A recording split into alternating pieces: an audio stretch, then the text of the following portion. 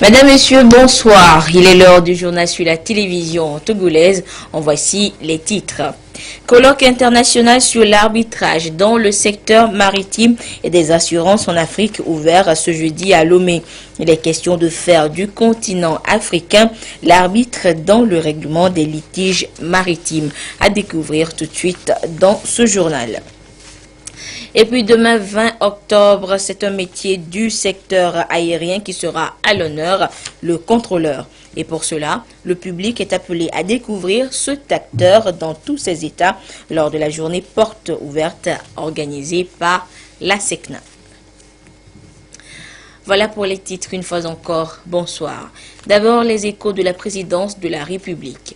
Le chef de l'État, Faure Eswazimna Nyazingbe, a conféré ce matin au palais de la présidence de la République avec M. Nasser Bourita. Il est ministre marocain des Affaires étrangères et de la coopération internationale. Il est porteur de message du roi Mohamed VI du Maroc au chef de l'État togolais. Les deux personnalités ont également eu l'occasion d'échanger sur la coopération bilatérale et les sujets d'intérêt régional et continental. Écoutons le chef de la diplomatie marocaine à sa sortie d'audience au micro d'Arnaud Kilé.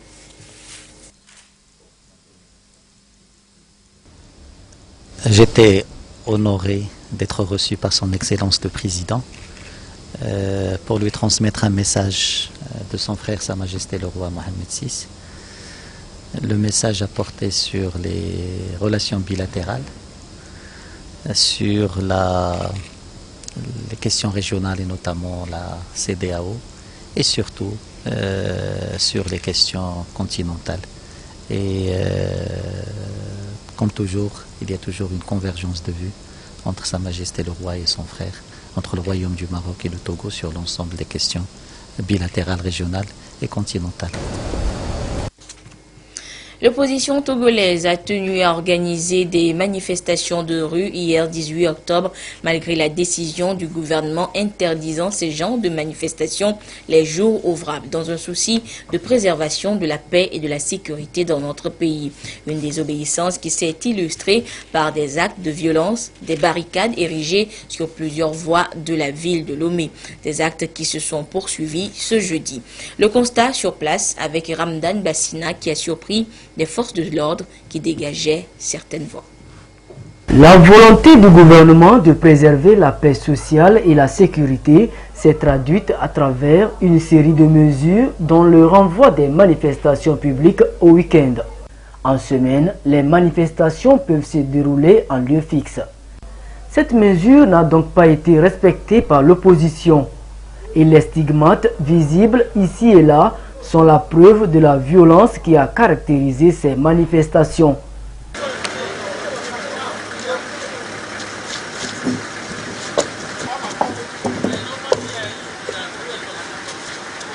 De Bekota à Atiégou, en passant par l'axe Fiata et le marché de Baie, l'on constate des barricades érigées, des pneus enflammés ou encore des actes de vandalisme sur la voie publique. Cette situation entrave la bonne marche des activités économiques et empêche les citoyens de vaquer librement à leurs occupations. La sécurité et la paix sociale sont primordiales et le gouvernement s'engage à renforcer les mesures afin que la paix soit préservée.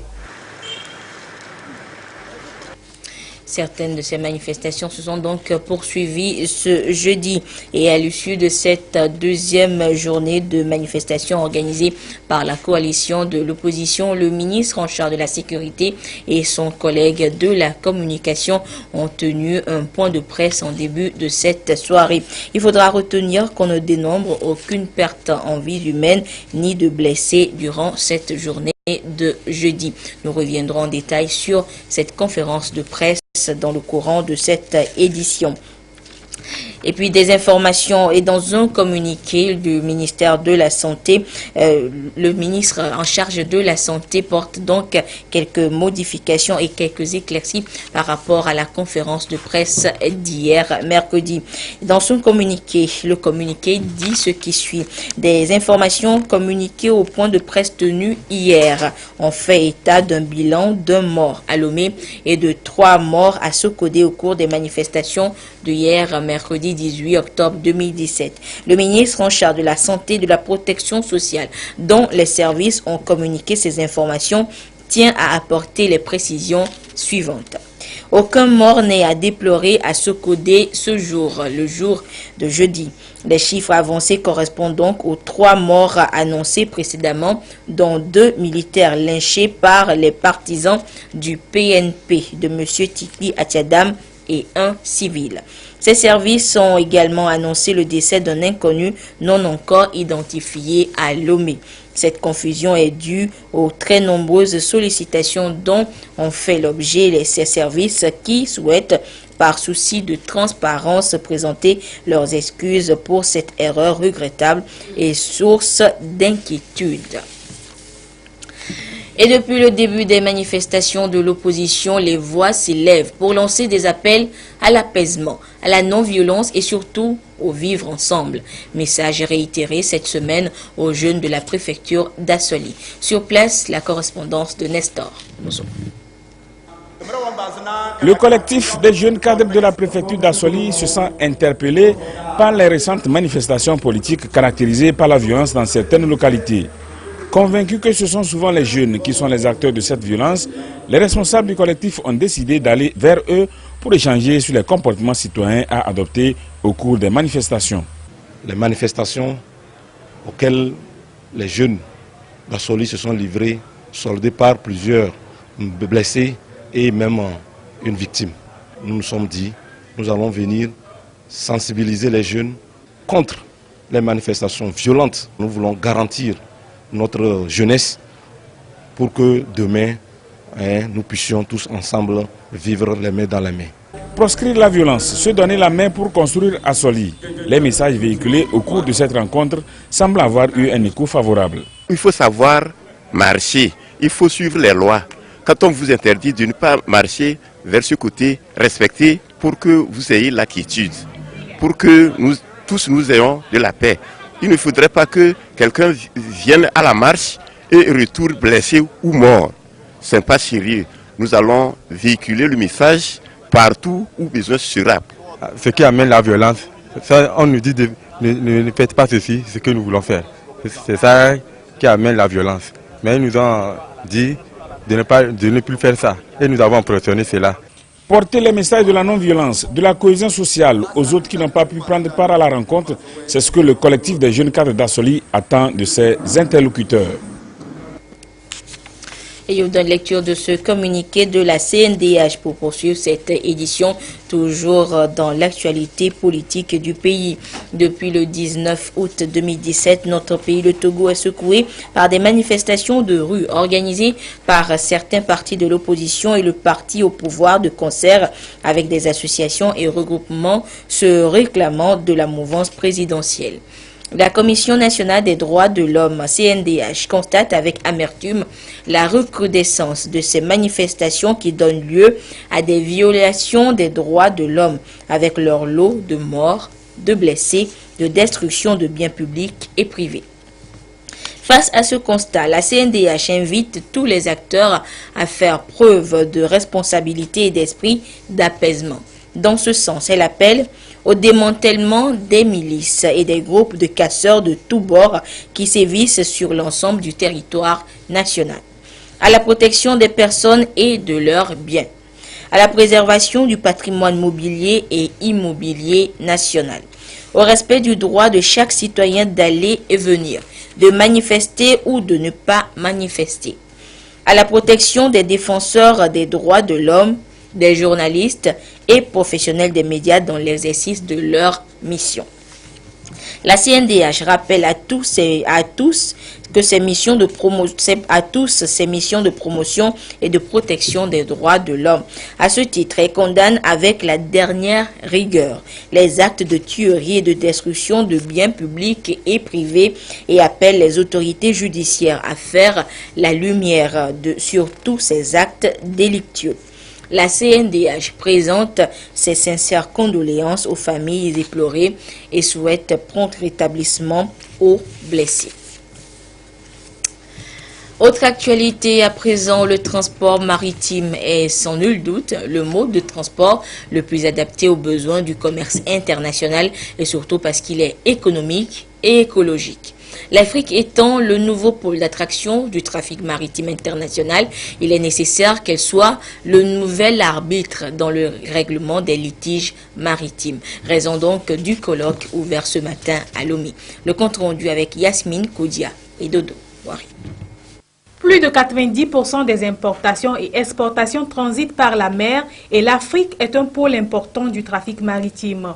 Dans ce contexte, la maîtrise des risques liés aux contrats maritimes constitue l'un des défis de taille à relever. L'arbitrage est donc le mode privilégié de règlement des litiges en mer et son appropriation est une nécessité tant pour les opérateurs économiques que pour les acteurs du droit et de l'économie bleue.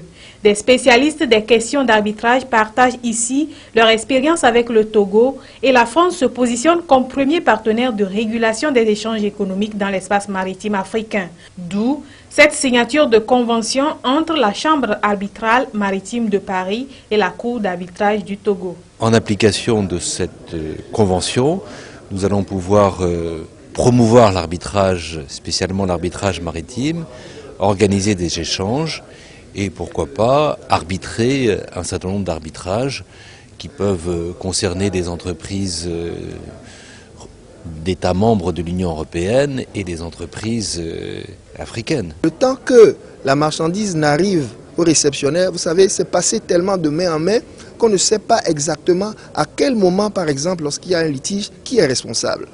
Et c'est ça le véritable problème. Lorsque ça arrive comme ça, au lieu qu'on puisse tout de suite saisir les tribunaux pour que le litige soit réglé, il vaudrait mieux adopter l'arbitrage parce que les arbitres, c'est des professionnels de la matière qui permettent, n'est-ce pas, de régler les problèmes, de mettre les parties ensemble et de pouvoir régler les problèmes très rapidement. Depuis quelques années, le Togo est au rang des premiers acteurs du développement de l'économie bleue en Afrique, ce qui illustre bien la tenue à Lomé de ce colloque international au cours duquel différents problèmes liés aux litiges en mer seront identifiés. L'intérêt du Togo pour les questions maritimes a été illustré il y a un an par l'organisation ici à Lomé sous l'impulsion du chef de l'État du sommet de l'Union africaine sur la mer. Ce colloque reflète certains aspects de la charte de Lomé.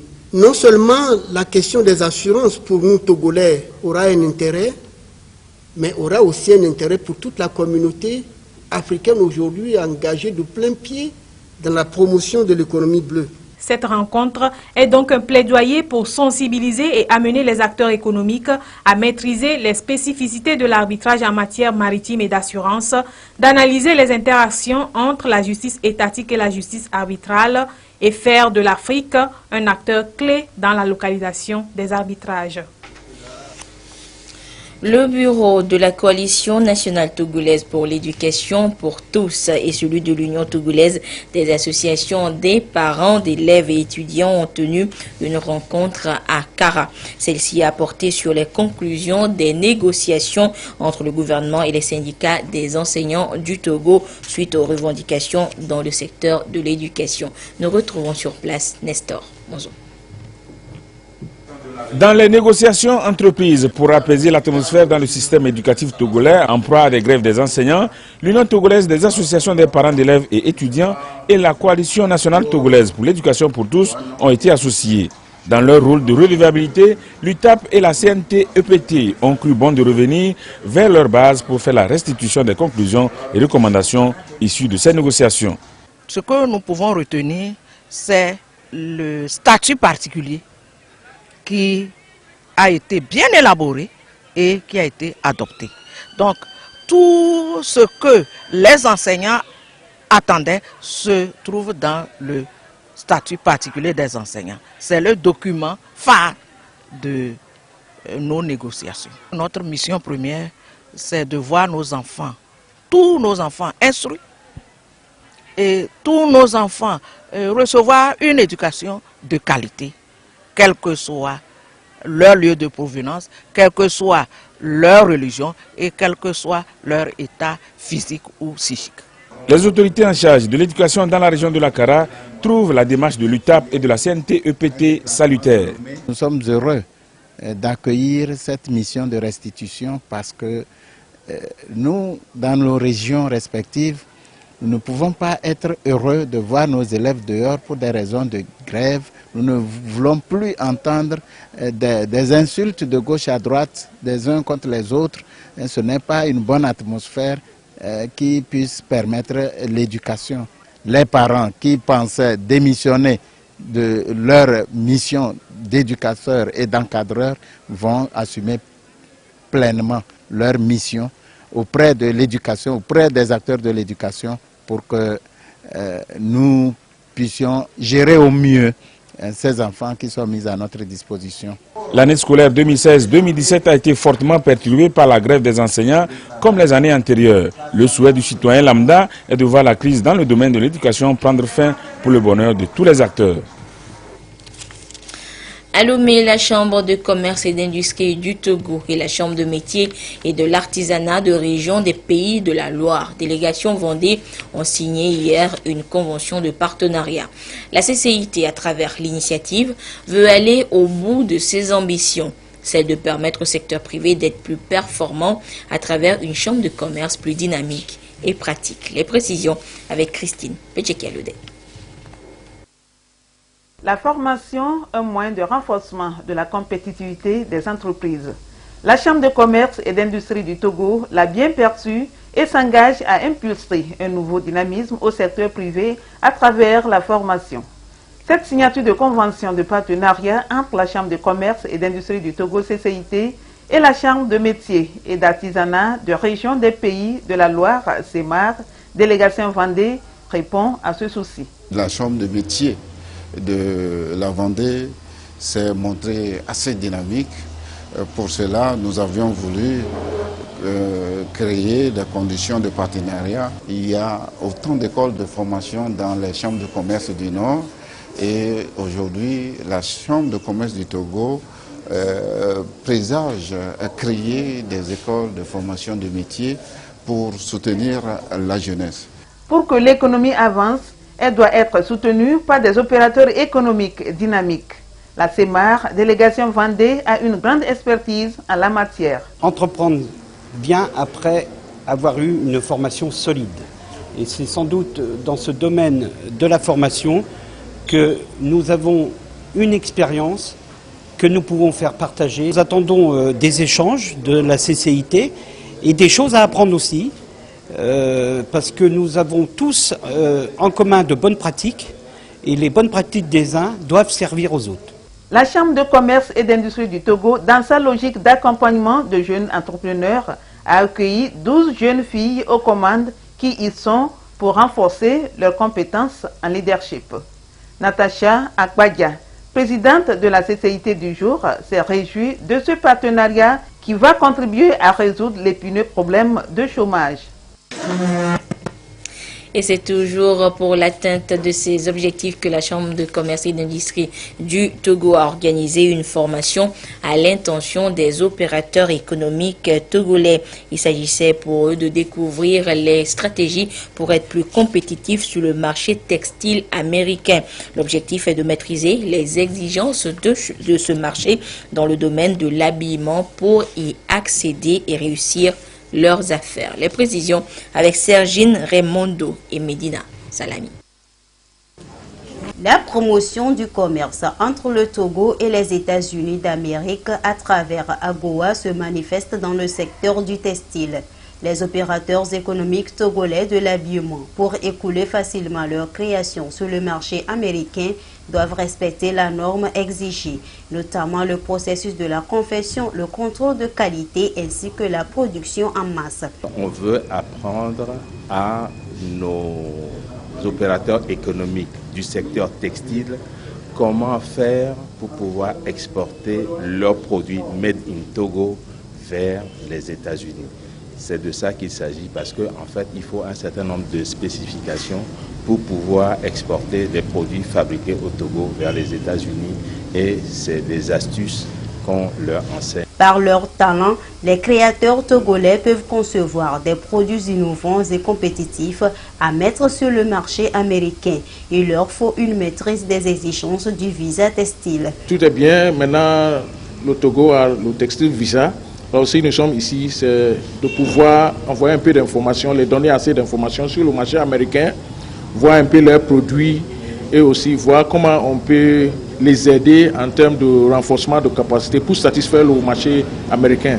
La formation ce matin s'est concentrée en connaissance de comment est-ce qu'on peut approcher le marché américain premièrement et deuxièmement, quelles sont les concurrences. La concurrence, ce n'est pas uniquement dans le prix, mais c'est aussi dans la rapidité de réponse et la qualité des vêtements. Le marché américain est vaste et il est parfois difficile d'y aller seul. C'est pourquoi les entreprises de l'habillement sont appelées à se regrouper afin de mieux répondre aux sollicitations de ce marché. Je vous le disais également en titre, la journée internationale du contrôleur aérien, ce sera demain 20 octobre. Pour marquer la journée, l'association professionnelle des contrôleurs aériens du Togo a organisé une journée portes ouvertes. Ceci pour faire découvrir non seulement l'association, mais aussi et surtout faire découvrir le métier de contrôleur aérien. Yata Aratem et Chassinambaga nous font justement découvrir ce corps de métier. Regardez. Sans les aiguilleurs du ciel, encore appelés les contrôleurs aériens, les avions ne pourraient pas atterrir ou décoller en toute sécurité. Véritable œil du pilote, le contrôleur aérien joue un rôle essentiel dans la navigation aérienne. Il assure la sécurité et la fluidité du trafic aérien. Ce rôle qualifié de fondamental est peu connu du public, d'où cette journée porte ouverte. Le contrôleur aérien, c'est celui qui donne des instructions aux pilotes de l'avion, qui les suit et qui les respecte afin d'éviter dans le ciel des collisions, des abordages et des accidents en général. Nous sommes cachés derrière la scène pour contrôler les avions qui survolent le pays, qui atterrissent et qui décollent. Donc l'objectif de cette journée, c'est de faire connaître ce métier à plusieurs personnes, surtout sensibiliser la jeunesse togolaise qui est dynamique bien sûr, à ce qu'ils s'intéressent davantage à ce que nous faisons. La journée a été essentiellement marquée par des échanges qui ont porté sur la sécurité et la sûreté aérienne. Un gros plan a été fait sur le métier du contrôleur aérien. C'est un métier très très délicat. Et pour le devenir, il faut respecter d'abord 4 critères. Premièrement, avoir un bac plus 2 en sciences. Secondo, avoir des aptitudes du point de vue médical. Sur une échelle de 6, on nous demande d'avoir des aptitudes médicales de 3 sur 6. Maintenant, avoir des aptitudes linguistiques en anglais, très spécifiques. Sur une échelle de 6, on nous demande d'avoir 4 avant d'être recruté. Et bien sûr, avant de devenir contrôleur aérien, on passe par un concours international lancé par la SECNA. En marge de cette journée, l'association professionnelle des contrôleurs aériens du Togo, APCATO, va tenir une série de rencontres d'échanges et de partage avec les contrôleurs aériens de la sous-région ouest africaine. Des sessions qui vont permettre à ces acteurs de la navigation aérienne d'affirmer leur rôle. Ces régisseurs du ciel n'ont pas droit à l'erreur. En clair, ils assurent la gestion et la circulation de l'aérodrome principalement en visuel. Hors du Togo, en bref, c'est toujours le flou au Kenya avant la nouvelle présidentielle prévue en principe le 26 octobre prochain. Le président de la commission électorale a reconnu hier qu'il serait difficile de garantir un scrutin crédible et libre. Il a appelé dans la foulée les candidats à une réunion de sortie de crise, une rencontre entre les 7 candidats qui a été reportée ce jeudi s'inédié. L'association allemande de lutte contre la lèpre et la tuberculose, DAO, a organisé hier mercredi à l'intention des détenus de la prison civile de Lomé une consultation foraine. Consultation qui se déroulera du 18 octobre au 18 novembre dans la dite prison. Et c'est un projet financé par l'ambassade d'Allemagne au Togo et qui veut permettre d'offrir des soins de qualité aux détenus. De Douaré. Environ 2000 détenus seront consultés et pris en charge gratuitement pendant un mois à la prison civile de Lomé. C'est un projet de l'association allemande de lutte contre la lèpre et la tuberculose qui accompagne l'administration pénitentiaire dans l'amélioration des soins de santé en milieu carcéral. L'objectif, c'est de permettre à chaque détenu de voir au moins une fois en passant un médecin pour un bilan complet. Mais derrière cet objectif, il y a le grand objectif de faire asseoir un système de prise en charge des détenus du Togo. À la fin du projet, on aura à identifier les maladies prioritaires du milieu carcéral au Togo pour permettre aux décideurs de pouvoir asseoir des plans et des interventions appropriées. Les premiers responsables de la prison civile de Lomé ont accueilli à bras ouverts ce projet qui vient résoudre un tant soit peu le problème de santé au sein des détenus. Ce projet vient à point nommé pour s'occuper de ce volet, cet aspect santé. Parce que notre désir, c'est que quiconque fait son entrée dans la prison, qu'il puisse repartir, retrouver les siens en bonne santé. Donc nous sommes heureux d'accueillir ce projet ici à la prison civile de Lomé. Cette consultation foraine est le fruit de la coopération germano-togolaise qui s'est intensifiée ces dernières années par la concrétisation de plusieurs projets. La consultation prend en compte plusieurs pathologies. L'ambassade a pu financer l'initiative du DAV avec des moyens que le ministère a prévus pour soutenir les droits de l'homme. Et pour les prisonniers, ils ont un droit de l'homme qui porte sur leur santé. Et finalement, on voulait assister pour réaliser ce droit de l'homme des prisonniers ici. Mais on espère aussi que notre action peut servir comme une acte initiative pour que tous les prisonniers au Togo puissent bénéficier. Ce projet est à sa phase pilote et s'étendra à d'autres établissements pénitentiaires du Togo. On revient une fois encore à l'actualité politique avec cette deuxième journée de manifestation organisée par la coalition de l'opposition. Et à la fin de cette deuxième journée, donc, le ministre en charge de la sécurité et son collègue de la communication en dressent le bilan. Le compte rendu avec Luc Assis et Augustin Kossi. Yack Damham de la sécurité et de la protection civile face à la presse pour la présentation de l'actualité sociopolitique de ce jour au Togo. À ses côtés, son collègue de la communication Guimadje Lorenzo. Et c'est Yack Damham qui va d'abord présenter le bilan de la journée avec en toile de fond les manifestations de la coalition de l'opposition qui, selon lui, ont été localisées seulement dans certains quartiers. Hier, nous avons annoncé 3 morts à Sokodé. C'était pas exact. C'était pas exact. Les services hospitaliers nous ont donné les morts qu'ils ont enregistrés depuis lundi. Mais le message qui est arrivé n'a pas été explicite. Et nous avons reproduit ce chiffre à votre attention avec beaucoup de regrets. Donc la journée d'hier, il n'y a pas eu de mort à Sokodé. Il y a eu 3 morts le lundi. Un civil et 2 militaires qui ont été lynchés. Aujourd'hui, c'est la deuxième journée de manifestation prévue par la coalition. Je voudrais peut-être rendre grâce à Dieu pour la journée, parce que nous n'avons pas eu de pertes en vies humaines. Et les manifestations se sont localisées spécialement à Lomé, dans les quartiers Bé, à Koresoa et à Dakwame, où les jeunes ont continué par ériger des barricades qui, à chaque fois, ont été dégagées par les forces de sécurité. Donc à Sokodé, la ville est calme. Mais le matin, il y a eu un groupe de manifestants qui a tenté d'agresser un agent de police, un personnel de police féminin, dans son quartier. Fort heureusement, les voisins et les riverains se sont intervenus pour les renvoyer. Donc, c'est le seul petit incident enregistré au niveau de Sokodé. Sinon, la ville est calme, ainsi que les autres villes de notre pays. Nous n'avons pas été saisis des blessés. Mais il y a eu 6 personnes qui ont été interpellées par les forces de sécurité. Nous devons tous faire attention pour qu'on n'en arrive pas à cela. Milice, j'ai dit, milice, cherchez les milices des deux côtés. Notre pays a une histoire et le mot milice ne date pas d'aujourd'hui. Nous devons beaucoup travailler pour éviter ce genre de choses.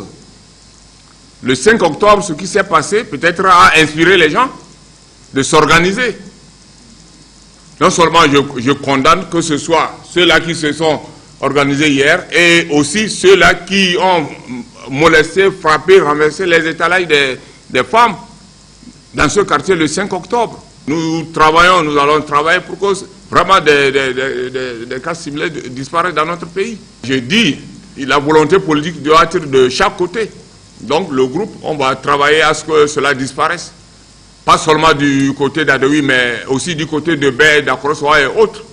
À la question des menaces à l'endroit des professionnels des médias lors des manifestations, Guy Madié Lorenzo, ministre de la Communication, a déploré les faits et en appelle au sens du civisme et de la responsabilité.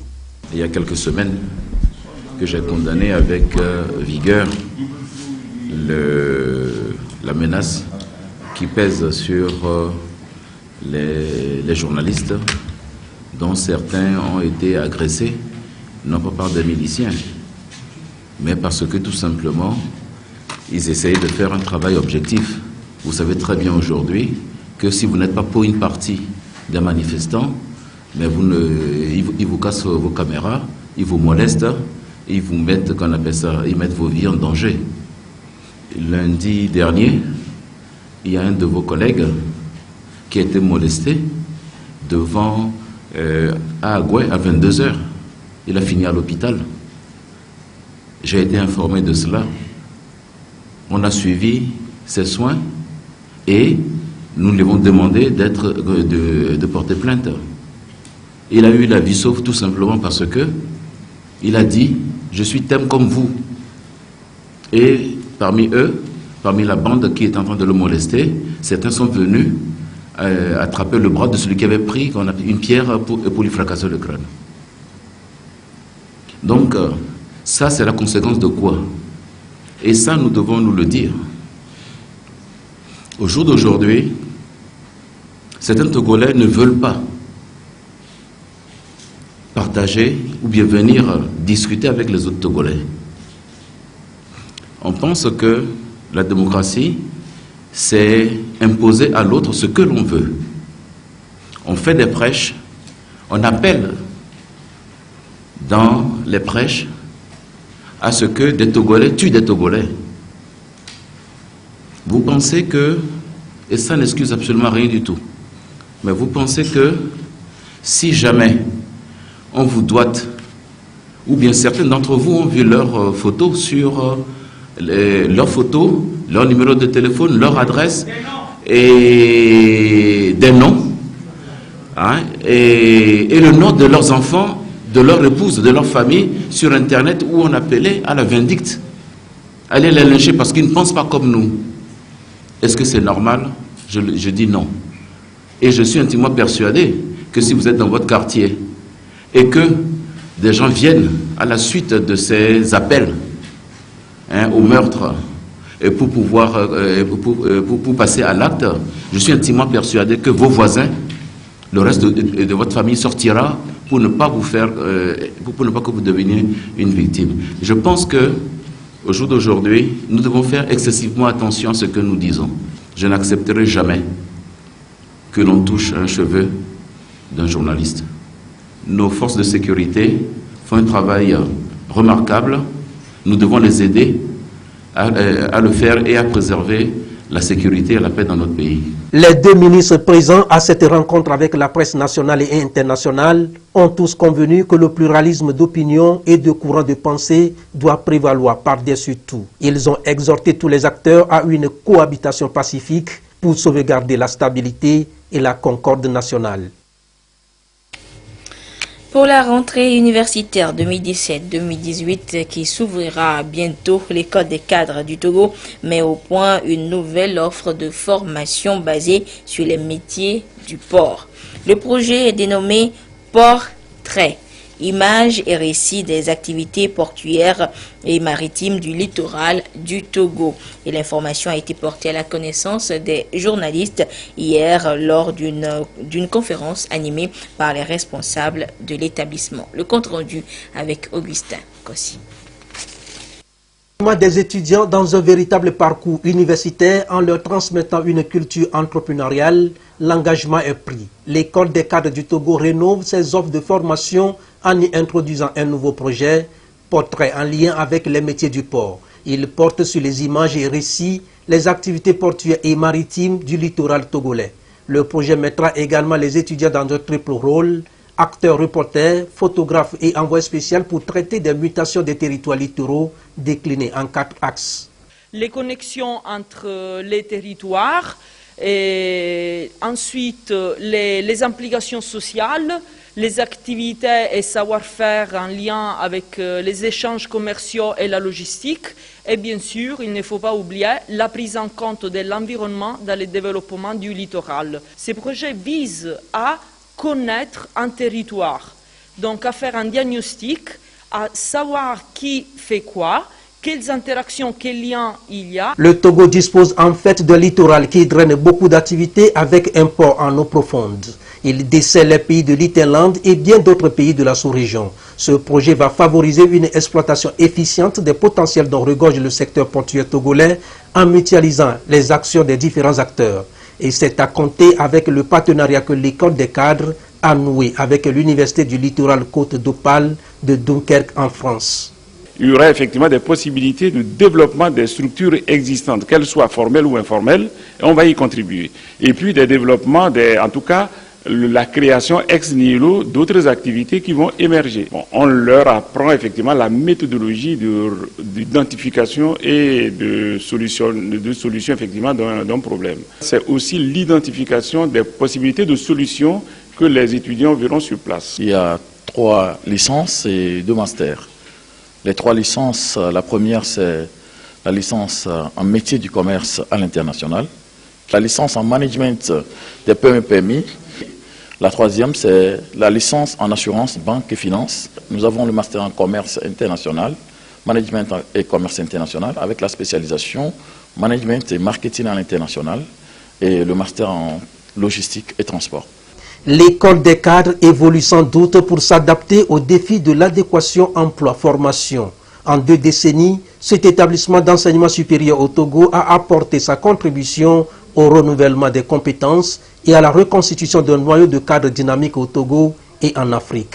Il délivre des diplômes d'État français et togolais accrédités par le CAMES en licence professionnelle et en master. Et nous retrouvons maintenant notre ami du jeudi pour la traditionnelle page des sports. Je vais parler de Claude Amar. Claude, bonsoir. Bonsoir Anita. Et Claude, débutons avec le noble art désigné pour assumer l'intérim de la présidence de la Confédération africaine de boxe. Le béninois Maître Clément Sousa était en visite mardi dernier dans notre capitale. Effectivement, Anita, cette visite fait suite à la suspension de notre compatriote Kelani Bayor, actuel président de la Confédération africaine de boxe, par la Fédération internationale de boxe. Le président par intérim est donc venu procéder à la passation de service au siège de la CAB. Des détails avec Jean Kofi et Dedi. Maître Clément Semawango Sousa prend les rênes de la Confédération africaine de boxe. Ex-vice-président de l'institution, Maître Sousa vient remplacer l'ex-président Azad Kelani Bayor, qui est sous le coup d'une suspension de 3 ans par la commission de discipline de l'AIBA, Association internationale de boxe amateur. Le nouveau président désigné est venu au siège de la CAB à Lomé pour une passation de service. Je réponds justement à une instruction, pour être plus simple, à une recommandation qui me confère justement la présidence de la Confédération africaine de boxe, ayant été premier vice-président élu au suffrage universel et surtout à 100%. Les tests me recommandent en cas de sanction, de ceci, de vacances, de pouvoir et tout, je deviens président intérimaire. Et à ce titre, je viens justement pour faire une visite des lieux. Et le président sortant, M. Bayard, a été bel et bien informé. À l'absence de Kelani Bayor qui ne s'est pas présenté à cette cérémonie, Maître Sosa a procédé à la mise sous scellé provisoire des bureaux de la CAB en présence d'un huissier de justice. Le nouveau patron de la boxe africaine compte aller à l'essentiel tout de suite. Je prioriserai les actions immédiates qui vont sans doute faire émerger la boxe africaine. Et surtout que les Africains ont des potentialités en termes pugilistiques. Les anciens boxeurs peuvent être réhabilités, qu'on leur trouve quelque chose pourvu que ces intéressés puissent se retrouver à travers leur boxe. On va se battre pour qu'effectivement l'Afrique soit unie et qu'il y ait l'harmonie et qu'il y ait ce qu'on appelle la décentralisation. Pour remettre en place un bon fonctionnement de la CAB et asseoir les bases d'un meilleur devenir de la boxe africaine, une assemblée générale extraordinaire est prévue à Cotonou au Bénin du 28 au 31 octobre prochain. Et Claude, avant de passer au dernier sujet de cette page, le sujet relatif à la 3e journée de la Ligue des champions d'Europe, intéressons-nous tout d'abord aux résultats des éperviers maracaniens qui ont évolué ce soir du côté de Bamako au Mali pour le compte de la 6e édition de la CAN de Maracana. Parti mardi, nos ambassadeurs sont arrivés aujourd'hui à Bamako où ils ont perdu sur 3 tableaux. D'abord au niveau des seniors, 2-0 contre le Mali, pays hôte. Du côté des vétérans, 3-2 contre la Guinée, puis 3-2 face au Burkina Faso à l'épreuve des tirs au but réglementaire, un but partout. Et Claude, bouclons maintenant avec les rencontres donc, de la 3e journée de la Ligue des champions d'Europe qui se sont déroulées hier. Ces différentes rencontres ont connu des fortunes diverses. Le cas du Paris Saint-Germain qui a effectué une balade de santé en Belgique où il a déroulé sa machine offensive devant Anderlecht, 4 buts à 0. Cette équipe-là peut gagner 4-0 en étant perfectible. On a fait vraiment pas un très gros match. On est content des résultats, mais sûrement on peut faire beaucoup mieux. C'est impossible d'arriver à la perfection, mais on veut arriver. Et pour ça, on pense toujours qu'on peut faire mieux. Mais bon, 4-0, je pense que c'est un bon résultat. Une nouvelle démonstration de puissance en Coupe d'Europe construite dès la 3e minute. Une de Verratti Mbappé, 8e but de la carrière du Français en Ligue des Champions. On a dit qu'on voulait vraiment faire bonne impression dans cette Champions League et ça passe par les matchs comme ça. C'est pas seulement les matchs contre le Bayern Munich. Mais après cette ouverture du score, Paris concède tout de même 4 grosses occasions. Les latéraux ont beaucoup souffert. Dans les premières 2 matchs, je pense qu'on a fait beaucoup mieux aussi en défense. Aujourd'hui, on a vu des possibilités. On n'avait pas de chance. Et ça devient habituel. Un très bon Areola dans les buts. Le seul gardien encore invaincu dans cette compétition. Des fois, j'avoue qu'on gère un peu trop, mais pour l'instant, on ne l'a pas payé encore. Donc on essaye de faire attention au maximum, de savoir bien le faire et quand il faut accélérer, se donner à fond et quand il faut savoir récupérer, le faire, mais toujours rester pro et gagner. Si les Parisiens laissent leurs adversaires se montrer dangereux, ils le sont à d'innombrables reprises par Mbappé, Cavani, buteur avant la pause, et bien sûr Neymar. Et c'est dedans, 3-0, but de Neymar. Après Mbappé, après Cavani. Malgré un déchet certain, le Paris Saint-Germain s'impose 4-0 à l'extérieur. Anita, c'est tout pour ce soir. Samedi, Alfred Colani et ses invités retrouveront les mordus du championnat anglais à travers Direct Foot. Au menu, Huddersfield, Manchester United. Merci Claude et à jeudi prochain. Quand le leadership de la fille dépend de la communauté, c'est le thème de l'émission Jeudi Femmes de ce soir. De quoi sera-t-il réellement question? Rendez-vous à 21h en direct sur la télévision togolaise avec Lys Diamier et ses invités. À 22h30, vous serez en compagnie de Adolphe Paca pour la dernière édition du journal. Au revoir.